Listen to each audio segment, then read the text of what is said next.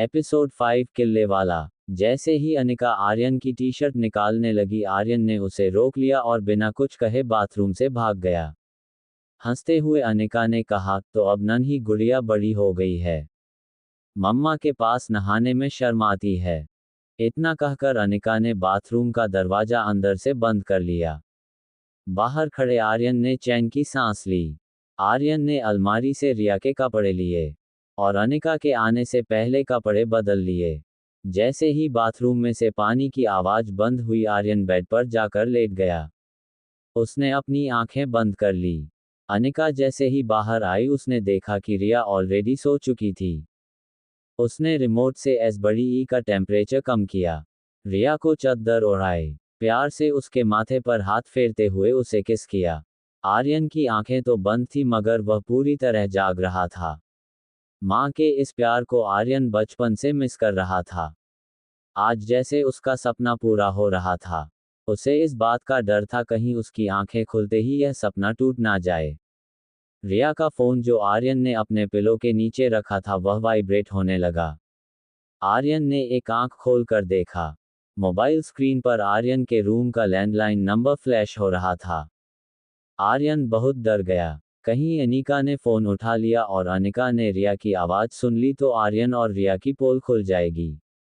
जैसे ही अनिका ने फोन लेने की कोशिश की, आर्यन करवट बदलते हुए फोन के बिल्कुल ऊपर सो गया।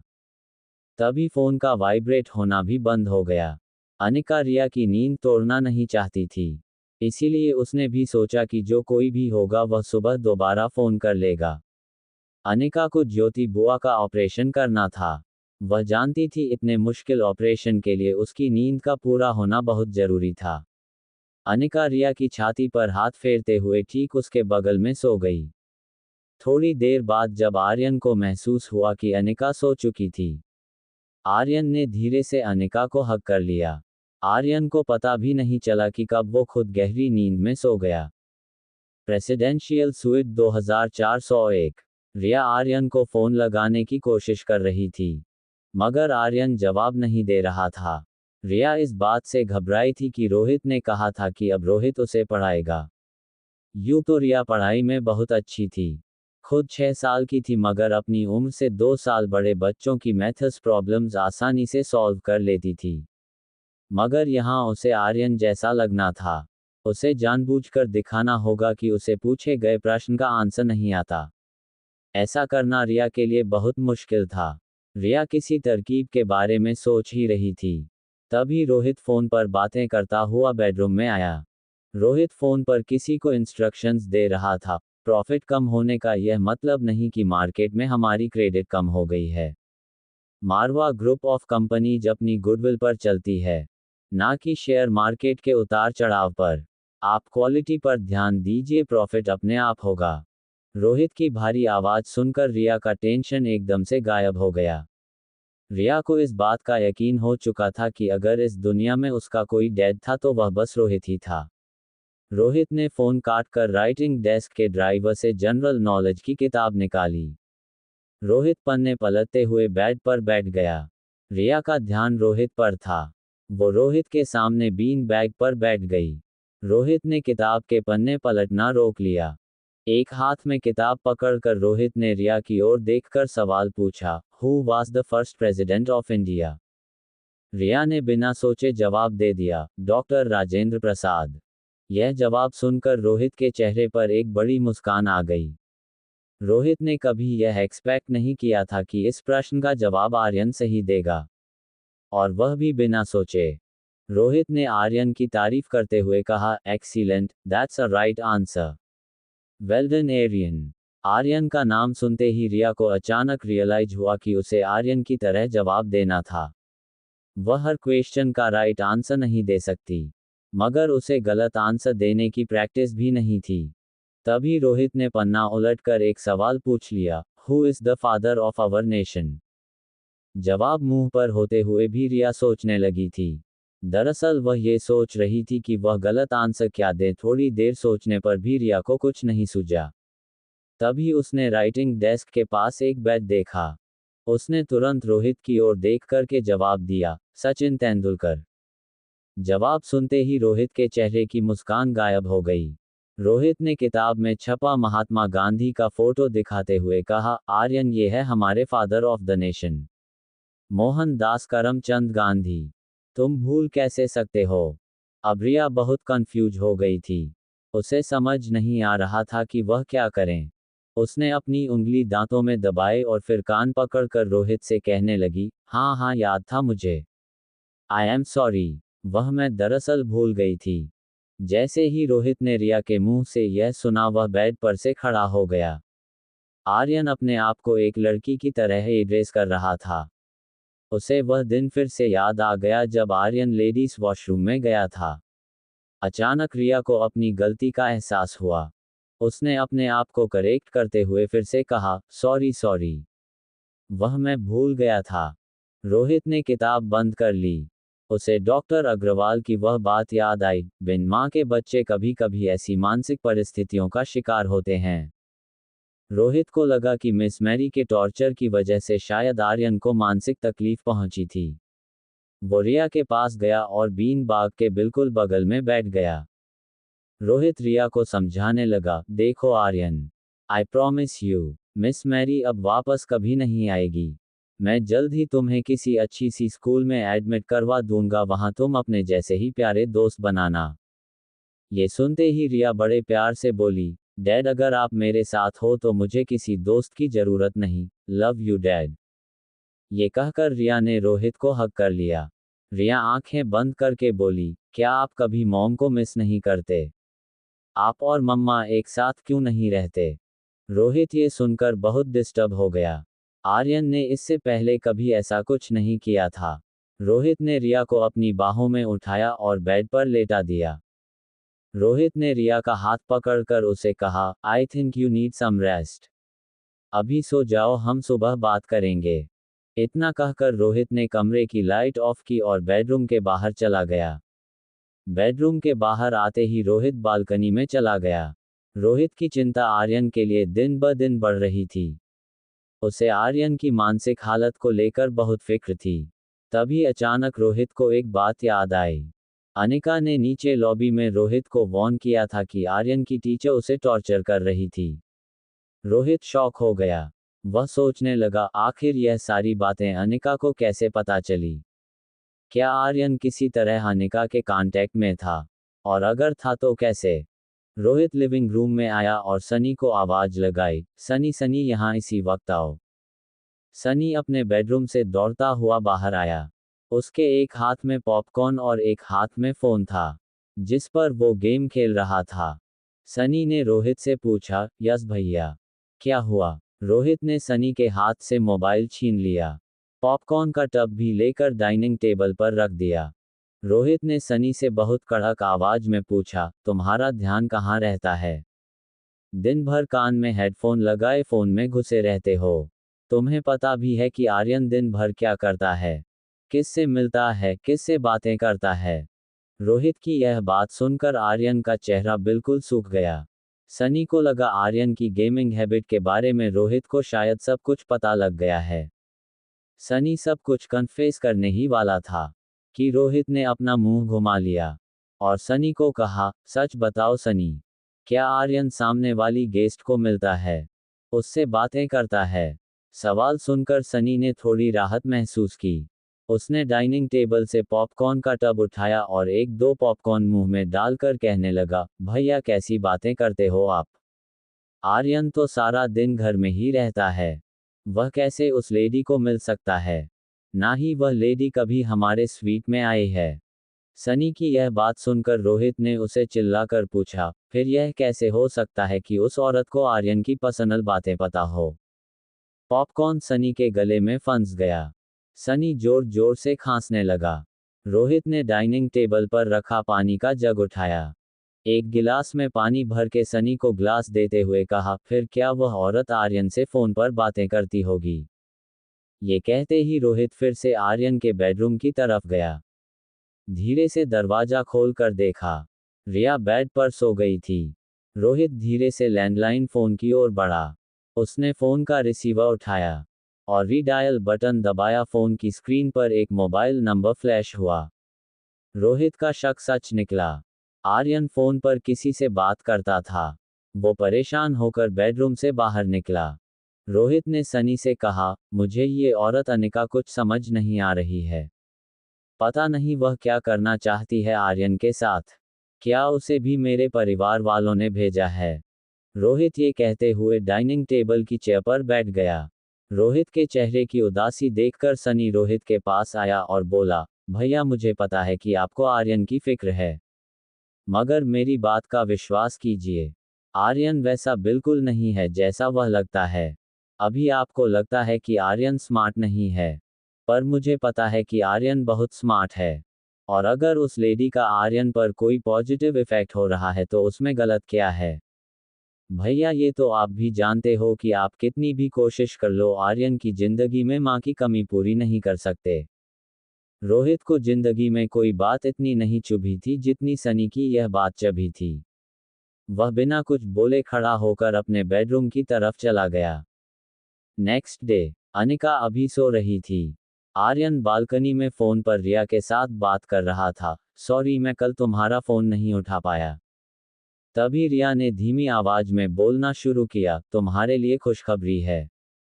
तुम्हारी उस टीचर मैरी की छुट्टी कर दी है और बहुत जल्द तुम्हें एक अच्छी स्कूल में एडमिशन भी मिल जाएगा। रिया की इस बात पर आर्यन को विश्वास नहीं हो रहा था। उसने रिया से पूछा, आर यू सीरियस? तुम मजाक तो नहीं कर रही ना? रिया ने इरिटेट होकर जवाब दिया, सुबह सुबह ऐसा मजाक कौन करता है? अच्छा अब मेरी बात ध्यान से सुनो, आज का प्लान ये। रिया ने अभी यह कहा ही था कि उसे दरवाजा खोलने की आवाज आई। रिया ने झट से फोन रख दिया। रिया ने दरवाजे की ओर देखा। ट्रैक पैंट, स्लीपर और बनियान में रोहित बेडरूम में आया। रोहित सुबह की एक्सरसाइज कभी नहीं मिस करता था। रोज की तरह एक्सरसाइज के बाद वो आर्यन को जगाने आया। रोहित को देखते ही रिया ने एक बड़ी मुस्कान देकर कहा, वाओ डैड, आज तो आप बहुत ज्यादा हैंडसम लग रहे हो। आर्यन की बात सुनकर रोहित के चेहरे पर भी स्माइल आ गई। वह रिया के बगल में आकर बैठ गया और अपनी उंगलियों से रिया का नाक पकड़कर बोला, तुम भी कुछ कम हैंडसम नहीं हो। ये बात सुनकर रिया की हंसी निकल गई। उसने रोहित को जवाब दिया, मैं हैंडसम नहीं ब्यूटीफुल हूँ। क्या आप जानते हैं बड़े होकर मुझे क्या बनना है? फिल्म की हीरोइन।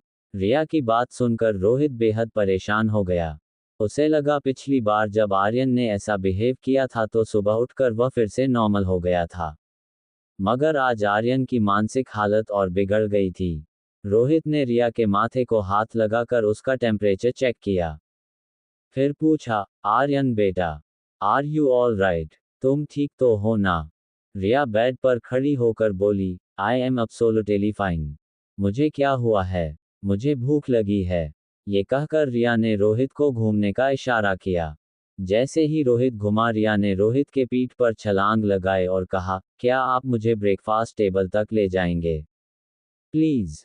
रोहित को समझ नहीं आ रहा था कि हमेशा डिसिप्लिन में रहने वाले आर्यन को आज अचानक हो गया था। रिया को कंधे पर उठाए रोहित ड्राइंग रूम में आया। रोज की तरह रोहित के नौकर ने डाइनिंग टेबल नाश्ते की प्लेट से सजा दिया था। फ्रूट्स, ऑरेंज जूस, सैलेड और boiled eggs. Sunny already dining table पर बैठा था। रिया ने रोहित के कंधे से सनी को विश किया, गुड मॉर्निंग चाचू। यह नज़ारा देखकर सनी नाश्ता चबाना भूल गया। वो मुंह खुला रखकर रोहित और रिया को देखने लगा।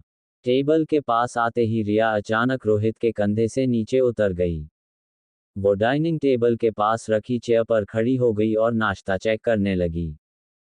फिर होटल के स्टाफ की ओर देखा और कहा, ये कैसा नाश्ता है? मुझे यह नहीं खाना। एक काम करो, मेरे लिए chocolate milk shake, cheese sandwich और डोनट्स लेकर आओ। और हाँ, डोनट्स के ऊपर बहुत सारा चॉकलेट सॉस डालना भूलना मत। सनी, रोहित और रोहित का नौकर समझ नहीं पा रहा थे कि आज आर्यन को आखिर हो क्या गया है। आर्यन को इतना एनर्जेटिक पहले कभी किसी ने नहीं देखा था। रोहित ने नौकरों को इशारा किया, आर्यन जो मांग रहा है उसे लाकर दे दो। उसने अपनी जेब से फोन निकाला और डॉक्टर अग्रवाल को फोन लगाकर कहा, doctor Agarwal, I think the time is come. I need your best child psychologist right now. Rohit धीमी आवाज में बोला, आर्यन फिर से उस दिन की तरह बिहेव करने लगा है। वह अपने आप को ब्यूटीफुल बता रहा है। बड़ा होकर फिल्म की हीरोइन बनना चाहता है। Doctor Agarwal, this is serious. You have to do something for my son. Rohit बेहद टेंशन में फोन पर डॉक्टर अग्रवाल से आर्यन को ट्रीट करने की रिक्वेस्ट कर रहा था। डाइनिंग टेबल पर सनी और रिया, सनी के मोबाइल में देखकर हंस रहे थे। रोहित बालकनी में फोन पर डॉक्टर अग्रवाल से बात कर रहा था। डॉक्टर अग्रवाल एक समझदार और एक्सपीरियंस डॉक्टर थे। वैसे तो रोहित उनकी हॉस्पिटल का मालिक था, मगर रोहित को डॉक्टर अग्रवाल के लिए बहुत रिस्पेक्ट थी। डॉक्टर अग्रवाल ने रोहित को समझाते हुए कहा, देखो रोहित, हर इंसान की अपनी प्रेफरेंस होती है। उसे कोई चीज़ अच्छी लगती है, कोई चीज़ बुरी लगती है। हम कितनी भी कोशिश करें, हम किसी बच्चे के अंदर ज़बरदस्ती किसी भी चीज़ के लिए प्यार या नफ़रत पैदा नहीं कर सकते। ये सब कुदरती होता है। You know, by birth. जैसे मुझे कॉफ़ी पसंद है, तो तुम्हें चाय। आर्यन को शायद वह सारी चीज़ अच्छी लगती है जो आमतौर पर लड़कियों को पसंद हो। ये कोई बीमारी नहीं है। इससे ना तो उसकी हेल्थ का कोई लेना देना और ना ही उसकी मानसिकता का। He is S normal S U and me.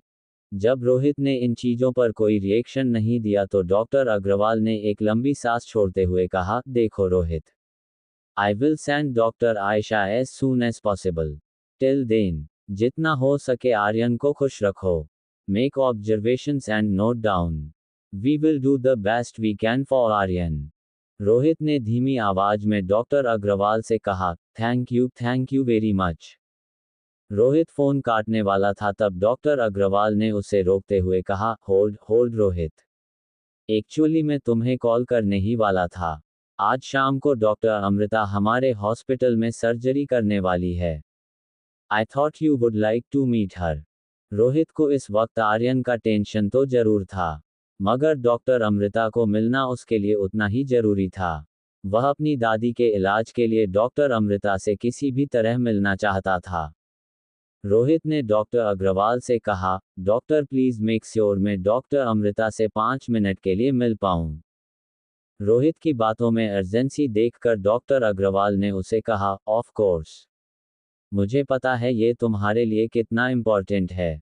तुम ठीक 5 बजे हॉस्पिटल आ जाना। आई विल मेक श्योर कि वह तुम्हें मिले। रोहित ने डॉक्टर अग्रवाल को थैंक्स कहकर फोन काट दिया। डाइनिंग टेबल पर सनी धीरे से रिया को पूछने लगा, वैसे गुरु, तुमने कल रात को गेम में लॉगिन क्यों नहीं किया? सब लोग तुम्हारा इंतजार कर रहे थे। फ्रांस की टीम हमारी इंडियन टीम पर भारी पड़ गई। अगर तुम होते तो ऐसा नहीं होता। हम जीत गए होते। तब रिया ने बिना सोचे सनी को सलाह देना शुरू कर दिया, कितनी बार कहा है फ्रांस की टीम का अटैक स्ट्रांग है पर उनका डिफेंस कमजोर है। अगर तुम टीम बनाकर उनके डिफेंस को तोड़ो तो उन्हें हराना आसान है।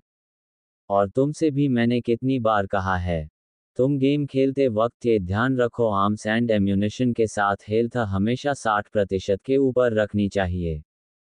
सनी पहली बार आर्यन के सामने बैठकर यह सारी बातें कर रहा था।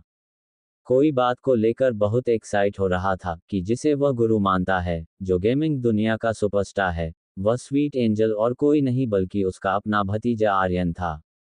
सनी के मन में एक डाउट था जिसे वह क्लियर करना चाहता था। उसने आर्यन से पूछा, एक बात बताना, तुम ये गेम में लॉगिन करते कहाँ से हो? रिया को समझ में आ गया कि ज्यादा प्रश्नों का उत्तर देने से कंफ्यूजन बढ़ सकता था, जिससे उसकी और आर्यन की पोल खुल सकती थी। रिया ने जवाब नहीं दिया। उसने सनी की तरफ देखकर एक आंख मारी। सनी भी समझ गया कि कुछ राज ही रहे तो अच्छा होता है। बालकनी में ट्रेडमिल पर चल रहे रोहित ने सनी को अपने पास बुलाया। टॉवल से अपना शरीर का पसीना पोंछते हुए रोहित ने सनी से पूछा, क्या बात कर रहे थे तुम आर्यन के साथ? आज तक तो मैंने तुम्हें और आर्यन को इस तरह बातें करते हुए नहीं देखा। इस पर सनी हड़बड़ाकर बोला, कुछ नहीं, पूछ रहा था कि उसे स्कूल जाकर पढ़ना ज्यादा पसंद है या फिर होम टीचिंग।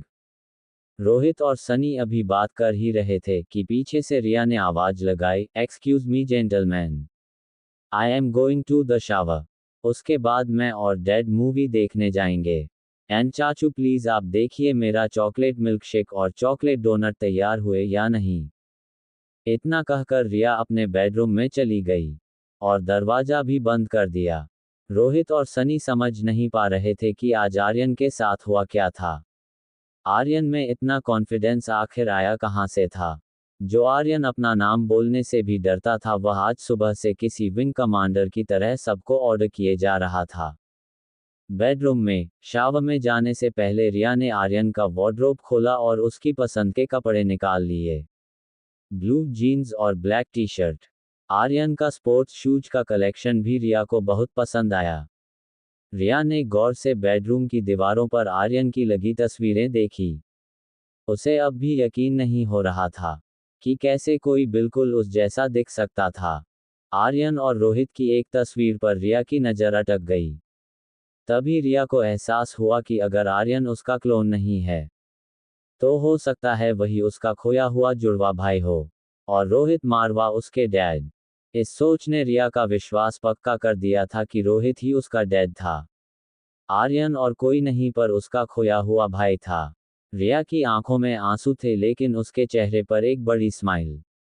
उसने जल्दी से लैंडलाइन से आर्यन को फोन लगाया।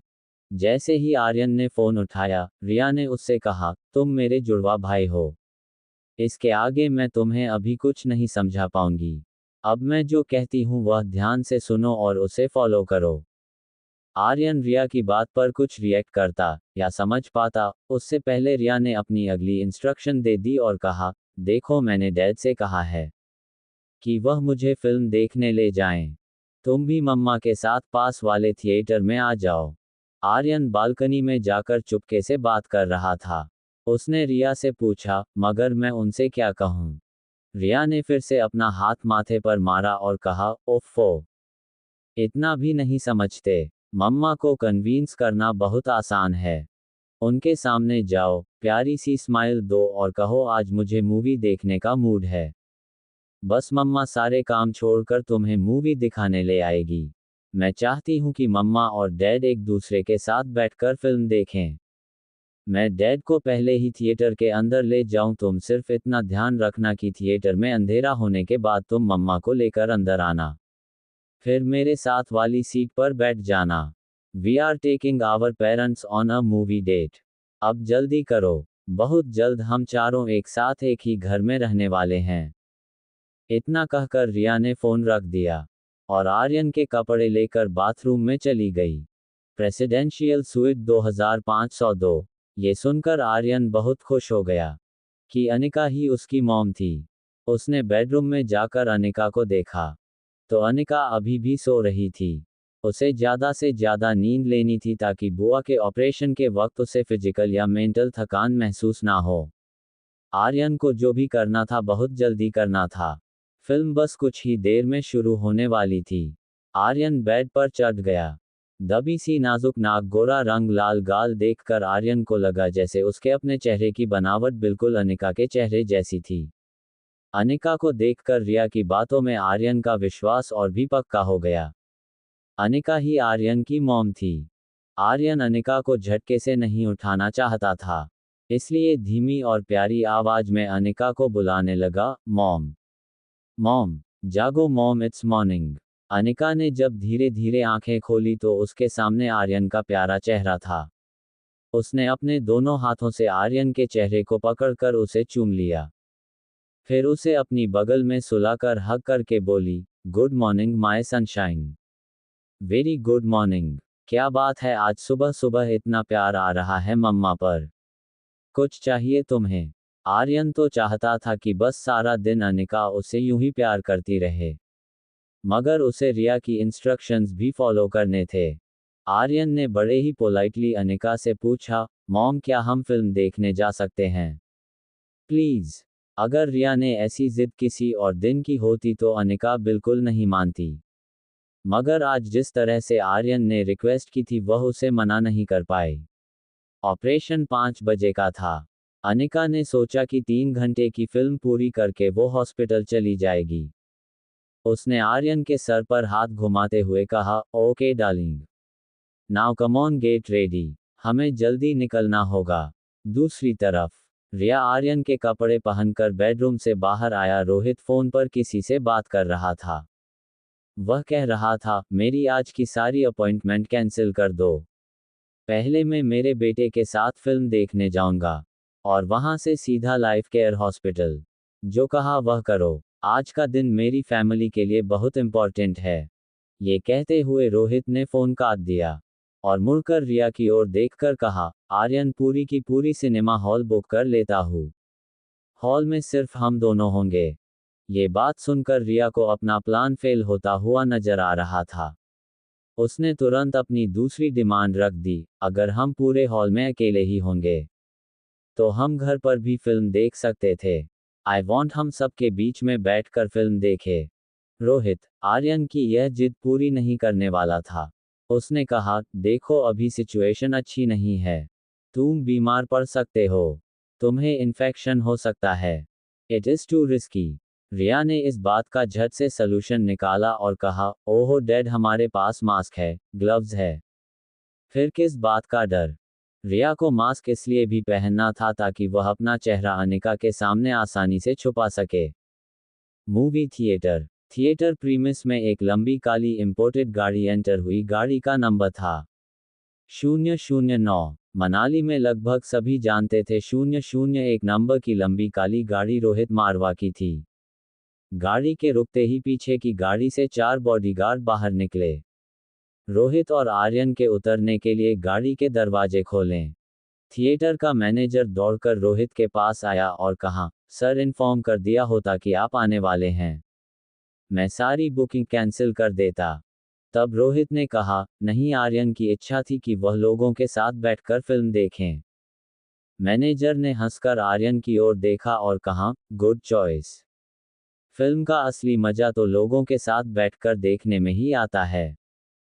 मैनेजर ने रोहित और आर्यन को इशारा करके अंदर आने का न्योता दिया। प्लीज वेलकम सर, मैं आपको आपकी सीट पर छोड़ देता हूँ। मैनेजर रोहित के आगे चल रहा था। रिया रोहित का हाथ पकड़कर पीछे चल रही थी, लेकिन वो तेज दौड़ते हुए रोहित को जल्दी चलने की जिद करने लगी। वह चाहती थी कि वह जल्दी से थिएटर के अंधेरे में सीट पर बैठ जाए, ताकि अनिका के आने पर अनिका उसे देख ना सके। मैनेजर ने टॉर्च जलाई और रोहित और आर्यन को बॉक्स सीट की ओर ले गया। बॉक्स सीट में सिर्फ 2 लोगों के बैठने की जगह थी। ये देखकर रिया ने कहा, नहीं, हम यहाँ नहीं बैठेंगे। मुझे बिल्कुल लोगों के बीच में बैठना है। मैनेजर ने हंसते हुए कहा, नो प्रॉब्लम सर, आप इस रो में बैठ जाइए, ये रो पूरी खाली है। सुबह का टाइम है, ज़्यादा लोग नहीं है। Please have a seat. Rohit और रिया दोनों सीट पर बैठ गए। मैनेजर ने फिर से रोहित को पूछा, sir in case you want anything I am standing at the door. Enjoy your movie sir, enjoy the movie Aryan बाबा। सीट पर बैठते ही रोहित अपना फ़ोन निकालकर मैसेजेस पढ़ने लगा। रिया का ध्यान अब भी थिएटर हॉल में आने वाले लोगों पर था। उसकी प्लानिंग ये थी, जैसे ही अनिका और आर्यन हॉल में आए वह आर्यन को इशारा कर देगी। फिर आर्यन बिल्कुल रिया की बगल वाली सीट पर बैठ जाएगा। रिया को इस बात की बहुत एक्साइटमेंट हो रही थी, जिंदगी में पहली बार वह अपनी पूरी फैमिली के साथ मूवी एंजॉय करने वाली है। तभी मूवी स्टार्ट हो गई।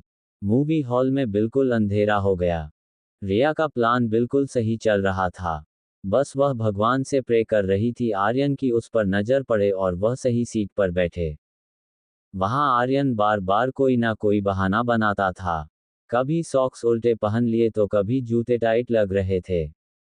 हजारों कोशिशों के बाद आर्यन अनिका को थिएटर पहुंचने में 15 मिनट लेट करवाने में कामयाब रहा। थिएटर लॉबी में पहुंचते ही अनिका ने आर्यन से कहा, तुम यहीं खड़े रहो, मैं टिकट्स लेकर आती हूँ। कोई शैतानी मत करना, कहीं जाना मत। बेचारे आर्यन ने, जिसने कभी कोई शैतानी नहीं की थी, पोलाइटली अपना सर हाँ में हिला दिया। अंदर रोहित को बार बार बिजनेस के सिलसिले में मैसेजेस आ रहे थे। मूवी में होते हुए म्यूजिक और शोर के कारण वह किसी का कॉल रिसीव नहीं कर पा रहा था। तभी अचानक उसके मोबाइल स्क्रीन पर कंपनी के जीएम का मैसेज फ्लैश हुआ, it's urgent please call back. ये मैसेज पढ़ते ही रोहित ने रिया से कहा, आर्यन बेटा, मुझे बहुत इंपॉर्टेंट कॉल अटेंड करना होगा। जो मैं यहाँ नहीं कर सकता। तुम बैठकर मूवी एंजॉय करो, मैं जल्दी कॉल अटेंड करके आता हूँ। रिया नहीं चाहती थी कि इस वक्त रोहित हॉल के बाहर जाए, मगर वह रोहित को रोक भी नहीं पा रही थी। रोहित तेज चलकर हॉल से बाहर जाने लगा। रिया भी अपनी सीट से उठी और रोहित के पीछे जाने लगी।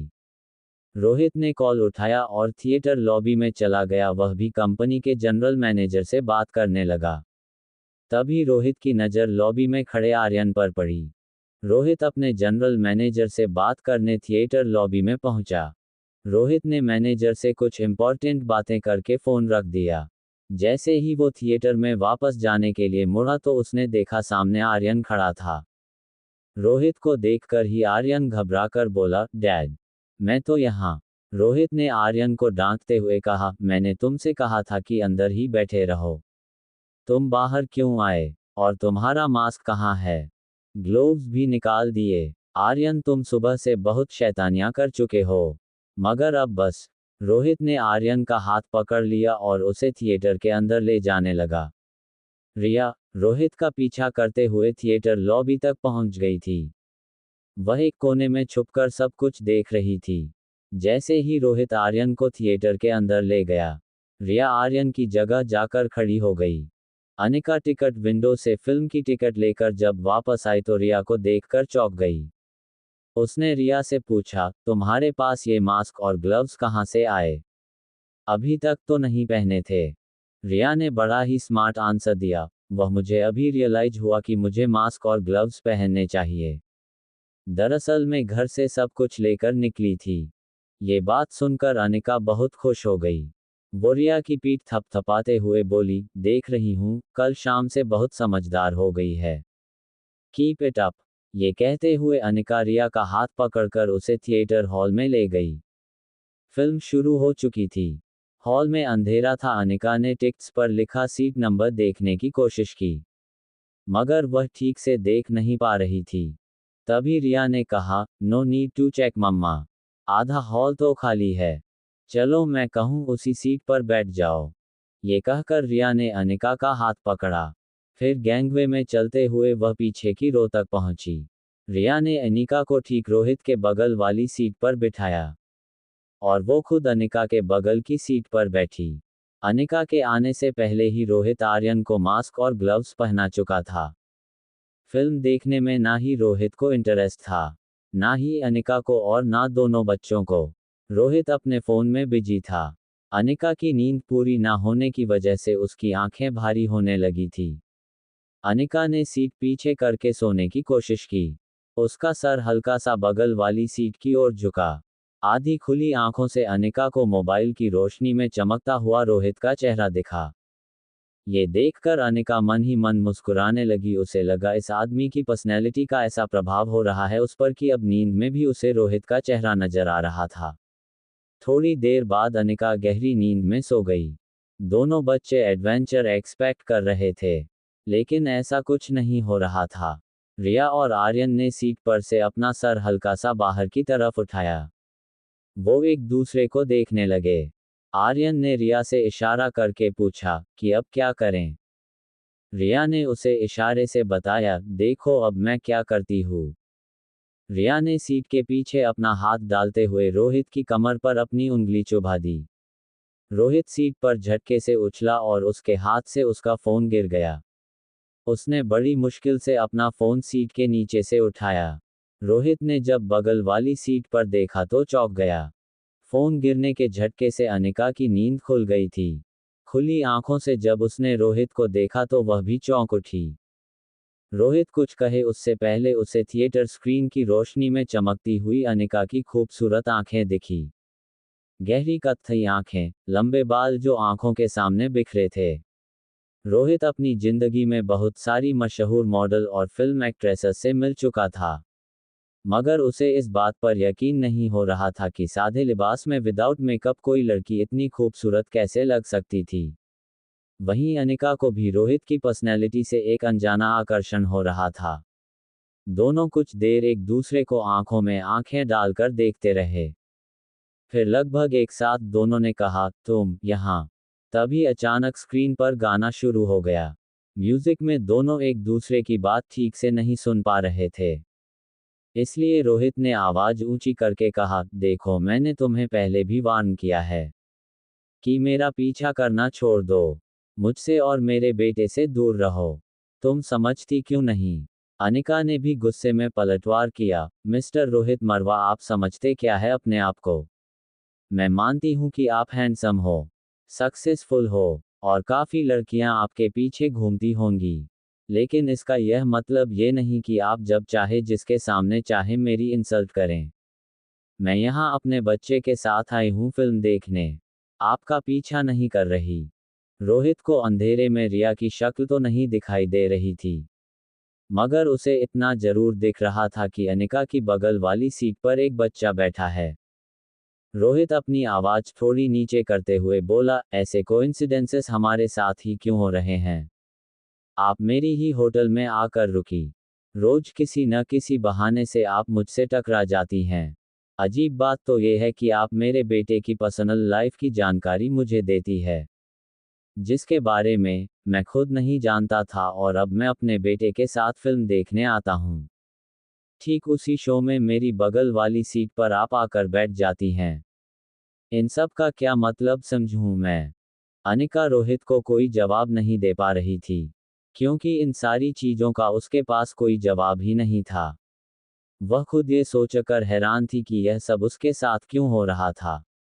एक चीज अनिका और रोहित दोनों नहीं जानते थे कि वह उनके बच्चे थे जो उन्हें बार बार ऐसी सिचुएशन में खड़ा कर रहे थे। रोहित थोड़ी देर फिल्म की स्क्रीन की ओर देखने लगा। अनिका भी स्क्रीन की ओर देखने लगी। दोनों की नजरें तो स्क्रीन पर थी, मगर मन ही मन दोनों अपने साथ हो रहे कोइंसिडेंस के बारे में सोच रहे थे। तभी अचानक फिल्म में हीरो हीरोइन का एक रोमांटिक सीन शुरू हो गया। अनिका और रोहित के लिए ये देखना थोड़ा ऑकवर्ड हो गया। रोहित कभी अपने मोबाइल को देखता तो कभी यहाँ वहाँ देखने लगा। अनिका भी अपने हाथों से बाल संवारने लगी और किसी तरह रोहित को देखना अवॉइड करने लगी। थोड़ी देर बाद रोहित ने चुप्पी तोड़ते हुए अनिका से कहा, देखिए I don't want to be rude, लेकिन मैं चाहता हूं कि आप अपना कमरा बदल ले। आप होटल में दूसरा कोई भी कमरा चूज कर लीजिए, and your stay will be completely free. ये सुनकर अनिका की पेशेंस खत्म हो गई। उसने रोहित से कहा, इनफ मिस्टर रोहित, आप समझते क्या है अपने आप को? पैसा सिर्फ आपके पास है। मैंने अपने स्टे की एडवांस पेमेंट की है आपकी होटल को। आप इस तरह मुझे अपने कमरे से नहीं निकाल सकते। I will sue you. Rohit भी अपनी आवाज बढ़ाकर बोला, what? You will sue me? आप समझती क्या है अपने आप को? दोनों एक दूसरे पर उंगली उठाकर बात करने लगे। आगे की रो में बैठे एक बुजुर्ग ने कहा, अरे भाई, मियाँ बीवी के झगड़े को घर पर ही निपटाया करो, यहाँ आकर हमें डिस्टर्ब क्यों कर रहे हो? इस बात पर बाकी की ऑडियंस भी हंसने लगी। रोहित और अनिका को साथ बैठा देखकर लोगों को यही लग रहा था कि पति पत्नी अपने बच्चों के साथ फिल्म देखने आए हैं। रोहित अपनी सीट से खड़ा हो गया और उस बुजुर्ग को हाथ दिखाकर कहा, I am sorry uncle, please enjoy your movie. तब उस बुजुर्ग ने पलट कर कहा, अरे भाई, इतनी खूबसूरत जोड़ी है तुम्हारी, क्यों झगड़ा करते हो? फिर उन्होंने अपने बगल में बैठी अपनी वाइफ से कहा, पता नहीं आजकल की जनरेशन को हो क्या गया है। रोहित ने उस आदमी की मिसअंडरस्टैंडिंग को दूर करना जरूरी नहीं समझा। उसने आर्यन का हाथ पकड़ा और थिएटर हॉल से निकलने लगा। आर्यन ठीक रोहित के पीछे छुप गया, ताकि निकलते वक्त अनिका उसे देख ना सके। जो कुछ भी हुआ उससे अनिका को गुस्सा तो बहुत आ रहा था, मगर कहीं ना कहीं उसे पता था कि रोहित एक अच्छा इंसान था। बस उसे अनिका को लेकर कोई मिसअंडरस्टैंडिंग हुई थी। अनिका ने रिया की ओर देखा।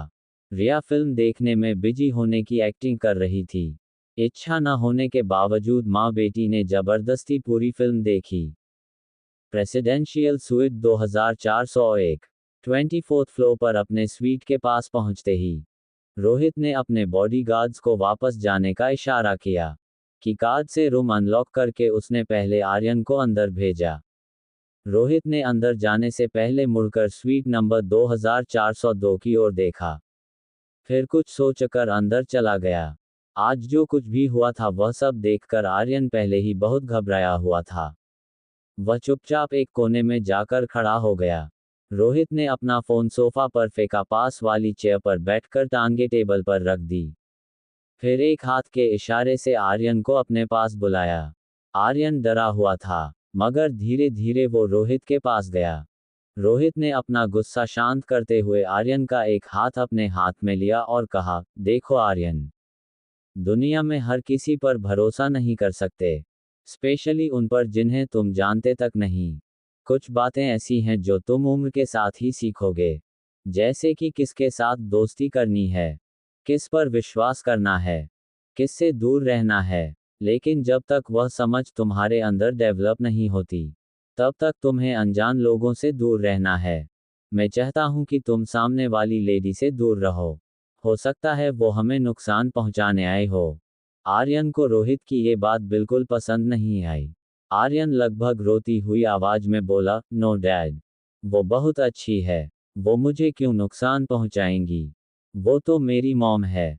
आर्यन के मुंह से ये सुनकर रोहित शॉक हो गया। उसने तुरंत आर्यन के दोनों हाथ पकड़कर पूछा, व्हाट? क्या कहा तुमने? मॉम? नहीं, वो तुम्हारी मॉम नहीं है। तुम्हारी कोई मॉम नहीं है। आर्यन ने पहले कभी इतनी हिम्मत नहीं दिखाई थी, मगर अनिका के बारे में गलत बात सुनते ही उसके अंदर हिम्मत आ गई थी। उसने मास्क और ग्लव्स उतारे। आर्यन की आंखों से आंसू टपकने लगे। उसने आवाज को बढ़ाकर सिसकियां लेते हुए रोहित से कहा, दुनिया में सबकी मॉम होती हैं, आपकी भी है, तो ये कैसे हो सकता है कि मेरी मॉम ना हो? आर्यन इतना कहकर अपने रूम में चला गया और दरवाजा अंदर से बंद कर लिया। रोहित समझ नहीं पा रहा था आखिर किस तरह अनिका ने आर्यन पर इतना प्रभाव छोड़ा था। होटल पैराडाइस इंटरनेशनल लिफ्ट 24वें फ्लोर पर आकर रुकी। जैसे ही दरवाजा खुला, रिया अनिका के पीछे छुप गई। फिर जैसे उसे पता चला कि कॉरिडोर में कोई नहीं है, वो दौड़कर अपने स्वीट के दरवाजे पर पहुंच गई। अनिका कार्ड से स्वीट अनलॉक करे तब तक रिया ने पीछे मुड़कर देखा ही नहीं। दरवाजा खुलते ही वो जल्दी से अंदर चली गई। अनिका के लिए रिया की ऐसी शरारतें रोज की बात थी। अंदर जाते ही अनिका को उसकी सेक्रेटरी राजलक्ष्मी का फोन आया। राजलक्ष्मी का फोन उठाते ही उसने अनिका से कहा, मैडम मैं आपकी सेक्रेटरी हूं, कम से कम मुझे ये जानने का हक तो है ना कि आज आप ऑपरेशन करने वाली है, मनाली की लाइफ केयर हॉस्पिटल में। अनिका ने दोनों होंठों को दबाते हुए कहा, आई एम सॉरी राज, मैं तुम्हें बताना भूल गई। I am really sorry. Rajalakshmi ने बड़ा ही रूखा जवाब दिया, it's okay ma'am. As usual, उनके हॉस्पिटल से मेल आया है। पूछ रहे थे आप कब तक आओगी एचसीएचसी, और डॉक्टर अग्रवाल ने आपका नंबर मांगा है। दे दूं? अनिका ने तुरंत कहा, नहीं, डोंट गिव माई नंबर। उनसे कह दो मैं टाइम पर पहुंच जाऊंगी। उन्हें फिक्र करने की जरूरत नहीं है। और हाँ, कुछ भी हो जाए उन्हें मेरा नंबर मत देना। राजलक्ष्मी को ये बात कुछ समझ नहीं आई, मगर बॉस का ऑर्डर था तो मानना तो पड़ता ही। राजलक्ष्मी ने कहा, ओके डॉक्टर एस यू से। अच्छा, उन्होंने डॉक्टर्स की जो टीम सिलेक्ट की है वह मैं तुम्हें सेंड करती हूँ। If you want any changes let me know, I will mail them immediately. Anika ने ओके कहते हुए फोन काट दिया। अनिका ने देखा कि रिया बीन बैग पर सर के पीछे दोनों हाथ डाले पांव पर पांव चढ़ाकर सीलिंग की ओर देखते हुए किसी गहरी सोच में डूबी थी। अनिका रिया के पास गई और उससे पूछा, अगर आपकी गहरी सोच में मैं डिस्टर्ब कर रही हूं तो आई एम सॉरी। क्या मैं तुमसे 2 मिनट बात कर सकती हूं?